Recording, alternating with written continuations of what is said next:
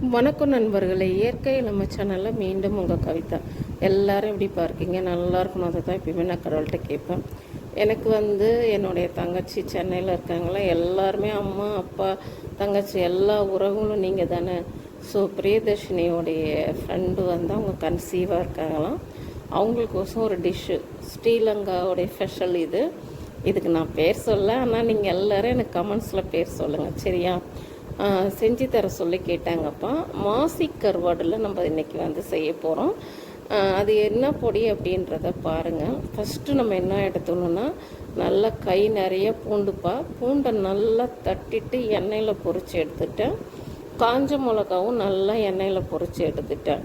இது நல்ல கொப்பரை தேங்காய் இருக்குது இல்லையா, அதை நல்லா சீவிட்டு நல்லா வறுத்து மொறுன்னு எடுத்து வச்சுட்டேன். அதே மாதிரி 2 கைப்பிடி நிறைய கருவேப்பிலையை பொரித்து அப்படியே எடுத்து வச்சிட்டேன்ப்பா. ஸோ இப்போ நம்ம என்னென்ன பொரித்து வச்சுருக்குறோன்னா, காஞ்ச மிளகாய், பூண்டு, கருவேப்பிலை, கொப்பரை தேங்காய், அதுக்கப்புறம் நம்மளுடைய கருவாடு. ஸோ இந்த கருவாடு என்ன பண்ணணுன்னா, நீங்கள் நினைக்கிற மாதிரி இதை தண்ணியில் போட்டு அலசி அந்த மாதிரிலாம் எடுக்கக்கூடாது. இது மேலே இருக்கிற உப்பு நம்ம எடுக்கணும். இது வஞ்சன கருவாடில் செய்யலாம், நெத்திலி கருவாடில் செய்யலாம், சென்னாகுனியில் கூட செய்யலாம். ரொம்ப நல்லாயிருக்கும். நான் ஒன்று ஒன்றா உங்களுக்கு செஞ்சு காமிக்கிறேன். இது எனக்கு தெரிஞ்ச முறையில் நான் செய்கிறேன்ப்பா. இதோடைய எப்படின்னா, இதோடைய தலைமுறையில் செய்கிறவங்க அதோடைய பக்குவம் வேறையாக இருக்கும். நான் எனக்கு தெரிஞ்ச வரைக்கும் நான் செய்கிற மெத்தடும் உங்களுக்கு ஒரு வீடியோவாக போட்டிருக்கேன்.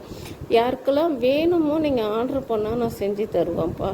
ஸோ ஃபஸ்ட்டு நம்ம என்ன செய்யணும் அப்படின்னு கேட்டிங்கன்னா, இந்த மேலே இருக்கிற உப்பு இருக்கு இல்லையா, ஆக்சுவலாக இதை அவிச்சிட்டு தான் நம்ம செய்வாங்க கருவாடா. ஆனால் மேலே கொஞ்சம் உப்பு இருக்கும். அப்போ நம்ம என்ன பண்ணணும், இந்த உப்பு நம்ம நல்லா சுரண்டிட்டு எடுக்கணும். எடுத்துட்டு அதுக்கப்புறம் உள்ளே இருக்கிற அந்த சதை பகுதி மட்டும்தான்ப்பா. இதில் இருக்கிற முள் எந்த வகையில் யூஸ் ஆகாது, தலையும் எந்த அளவும் யூஸ் ஆகாது.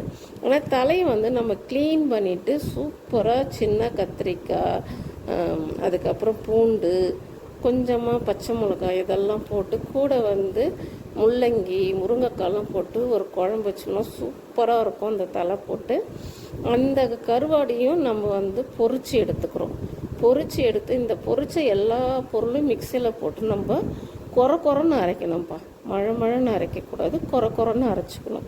நம்ம சாப்பிடும்போது கருவேப்பிலை தெரியணும், காஞ்ச மிளகா தெரியணும், அப்புறம் அந்த கருவாடோடைய வாசனை தெரியணும். முக்கியமாக அந்த பூண்டோடைய வாசனை ரொம்ப நல்லா தெரியணும். அதனால் நம்ம என்ன பண்ணணும், கொரன்னு அரைச்சி எடுத்துக்கணும்ப்பா. முக்கியமாக இதில் உப்பு போடணுமான்னு கேட்டால் உப்பு போட்டுறாதீங்க, ஏன்னா கருவாடில் உப்பு இருக்கும். அந்த கருவாடும் நம்ம எண்ணெயில் தான் பொரிச்சு இருக்கணும். இது எல்லாமே சுத்தமான செக்கில் ஆட்டின நல்லெண்ணெயில் செஞ்சிங்கன்னா ரொம்ப நல்லாயிருக்கும். தேங்காய் எண்ணெயில் செஞ்சாலும் ரொம்ப நல்லாயிருக்கும்ப்பா. இப்போ நம்ம எல்லாமே எண்ணெயில் பொரித்து தான் எடுத்தோம். எண்ணெயில் பொரிக்கிறதுனா நிறைய எண்ணெய் ஊற்றி அள்ளி எடுக்கிறது இல்லைப்பா. 2 குழிக்கரண்டி போட்டு கொஞ்சமாக பொரித்து எடுக்கிறது தான். கருவாடும் நாங்கள் அப்படி தான் பொரித்து எடுத்தோம். இப்போ கருவேப்பிலை லாஸ்ட்டாக பொரித்து எடுத்தது எல்லாமே போட்டு ஒன்றா அரைச்சாச்சு கொரன்னு.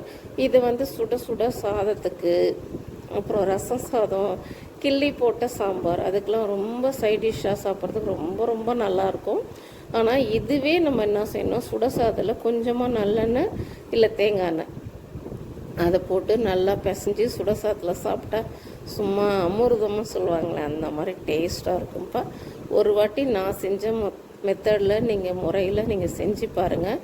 கருவேப்பிலை பாருங்களேன், நம்ம நல்லா அப்படி பொரிச்சு எடுத்தோடனே பச்சை கலரில் இருக்குல்லே கருவேப்பிலை. இப்போ கருவேப்பிலை, பூண்டு, காஞ்ச மிளகா, கருவாடு, அதுக்கப்புறம் தேங்காய், 5 பொருள் தான்ப்பா. அருமையான பொடி ரெடி ஆயிடுச்சு.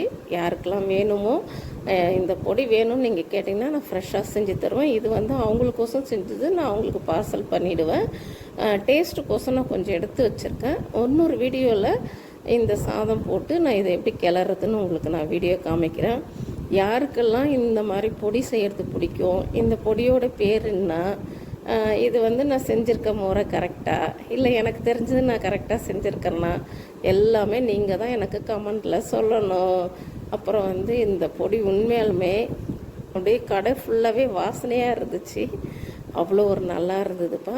இதே பொடியை நம்ம ஊர் ஸ்டைல்லையும் நான் வந்து கொஞ்சம் செஞ்சு பார்த்தேன், அதுவும் நல்லா வந்தது. யாருக்கெல்லாம் வேணுமோ இந்த பொடி நீங்கள் கேளுங்க, நான் செஞ்சு தரேன். அதே சமயத்தில் என்னுடைய மசாலா உங்களுக்கு யாருக்கு வேணுமோ நீங்கள் ஆர்டர் பண்ணுங்கள். உங்கள் ஆர்டருக்கோசம் நான் வெயிட் பண்ணியிருக்கேன். Okay, thank you.